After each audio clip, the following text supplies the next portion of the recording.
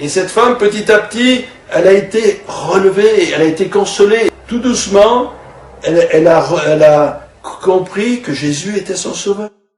Puis un jour, elle s'est engagée dans la foi. Et puis elle a chanté dans une chorale. Et maintenant, elle est très âgée. Voilà. Et vous pouvez la rencontrer. Et cette femme, voilà, elle a découvert l'amour de Christ. Et c'est l'amour de Christ qui a changé sa vie. On aurait pu lui parler, lui expliquer un tas de choses. On ne peut pas. Quand on a une grande souffrance, s'il n'y a pas la présence de Dieu, s'il n'y a pas l'amour de Christ, il n'y a rien qui se passe. Vous êtes d'accord? Il faut vraiment, qu'il se passe quelque chose. Ça, c'est un témoignage. On retrouve un autre témoignage, c'est intéressant de voir ce que le Seigneur a fait dans une vie, avec une femme. Jésus, un jour, il est dans une ville, dans une région, la Samarie, et les Samaritains, les Juifs, ça passait pas du tout, ça n'allait pas du tout, mais Jésus lui a été là, et il a rencontré une femme étrangère, il lui a parlé, et à un moment donné, il lui a révélé, il lui a dit, tu as eu 5 maris, et celui avec lequel tu vis n'est pas ton mari. Et cette femme, elle a été étonnée que Jésus connaisse sa vie. Et oui, Jésus connaissait la vie comme il connaît la nôtre. Et finalement, qu'est-ce qui s'est passé pour cette femme? On ne sait pas.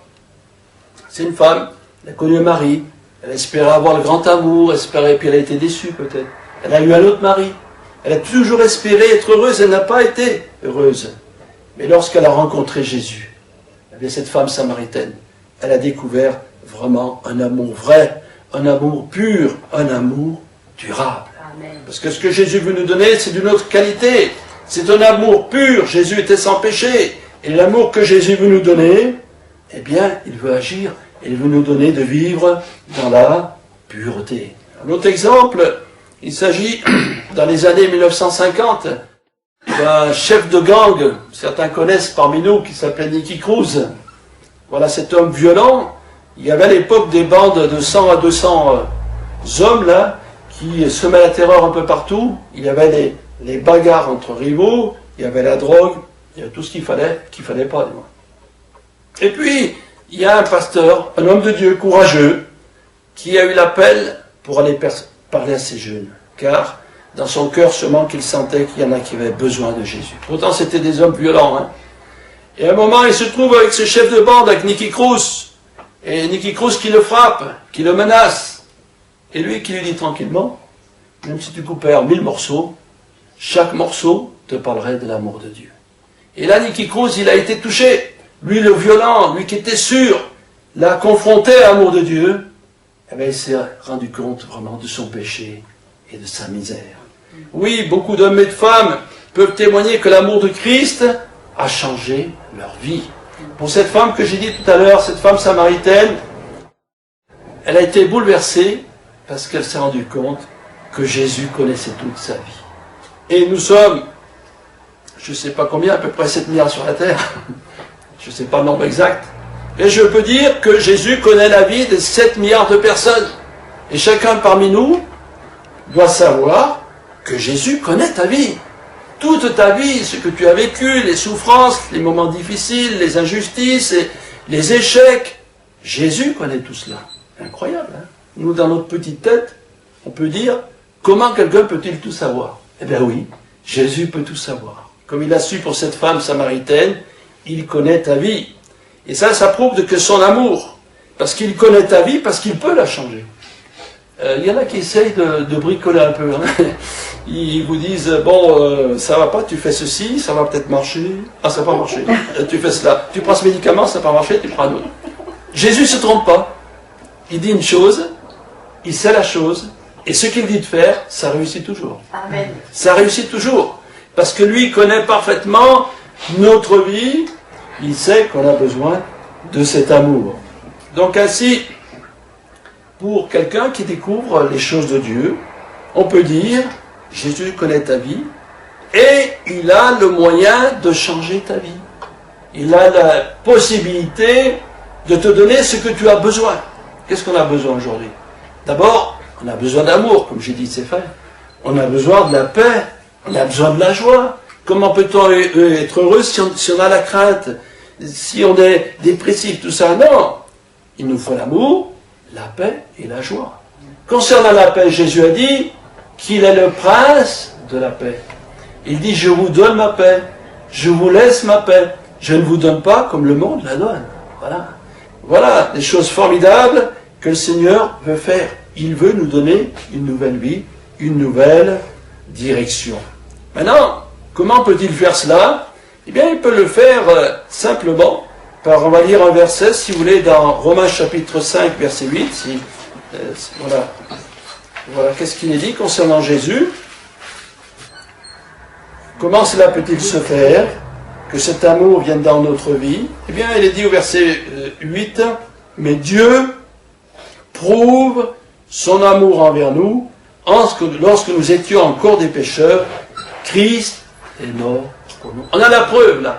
On a la preuve de l'amour de Dieu, la preuve que Dieu nous aime, c'est que Jésus a donné sa vie pour chacun d'entre nous. Il n'était pas obligé de le faire. Jésus, lui, il n'a jamais péché. Lui, il est le Fils de Dieu. Eh bien, comme il nous aime, comme il peut voir dans nos malheurs, comme il nous voit dans la tristesse, dans la maladie, tout cela, il a accepté, lui, de prendre notre place. Je connais une famille où le garçon, un homme déjà, eh bien, il était dans une barque, et la barque a chaviré, et il a voulu sauver celle qui était dans la barque, la dame. Donc il l'a sauvée, et lui, il est mort. Il est mort pour qu'elle soit sauvée.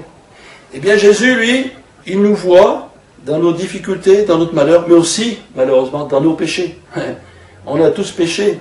On a tous fait des choses qui sont contraires à Dieu. Et à cause de ça, on est condamné à l'enfer. Mais Dieu prouve son amour envers nous. Voilà.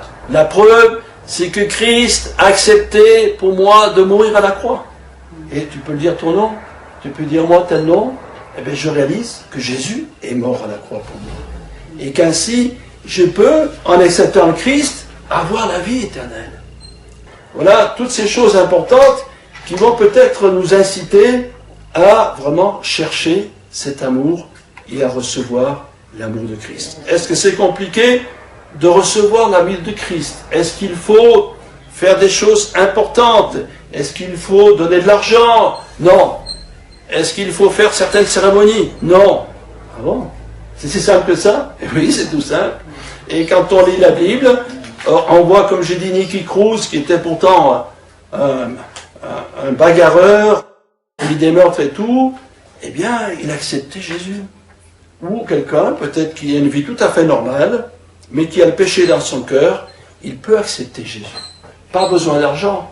Ce qu'il faut, c'est croire en Jésus-Christ. Il y a ce verset dans Jean 3,16, on peut le lire aussi, c'est intéressant. Voilà, c'est Jésus qui parle là aussi, très important. Hein? Jean 3,16, car Dieu a tant aimé le monde qu'il a donné son Fils unique, afin que quiconque croit en lui ne périsse point, mais qu'il ait la vie éternelle. Donc, il a aimé le monde, et qu'est-ce qu'il faut faire? Eh bien, croire. Croire, c'est avoir la foi, c'est avoir confiance. J'ai plus de repères dans ma vie. Tu vois, Seigneur, j'aimerais bien connaître autre chose, j'aimerais bien m'en sortir, j'aimerais bien avoir la paix, l'amour que ces chrétiens disent, mais je ne sais pas comment faire. Ben, croire. C'est-à-dire mettre ça confiance. Je mets ma confiance dans le Seigneur. Je mets ma confiance parce que ce qu'il dit est vrai. Je mets ma confiance en Jésus parce qu'il est sans péché. Je mets ma confiance parce que Jésus m'a aimé. Il y a tous les éléments pour que j'ai confiance. Alors bien sûr que si j'écoute d'ici de là les uns et les autres, il y en a qui vous diront non, Jésus c'est pas bien, d'autres qui diront Jésus c'est bien. Mais ça c'est pas important. Moi ce que je veux c'est être heureux. Moi ce que je veux c'est avoir la vie éternelle, parce que quand j'ai l'amour de Jésus, eh bien Jésus, il a prouvé son amour en donnant sa vie à la croix pour les pardons de mes péchés. Et Jésus, il a pris mes péchés. Jésus, il a cloué à la croix mes péchés. Et maintenant, je peux avoir la vie éternelle. Parce que le résultat de tout ça, eh bien, non seulement Jésus me remplit de son amour, mais il me donne la vie éternelle.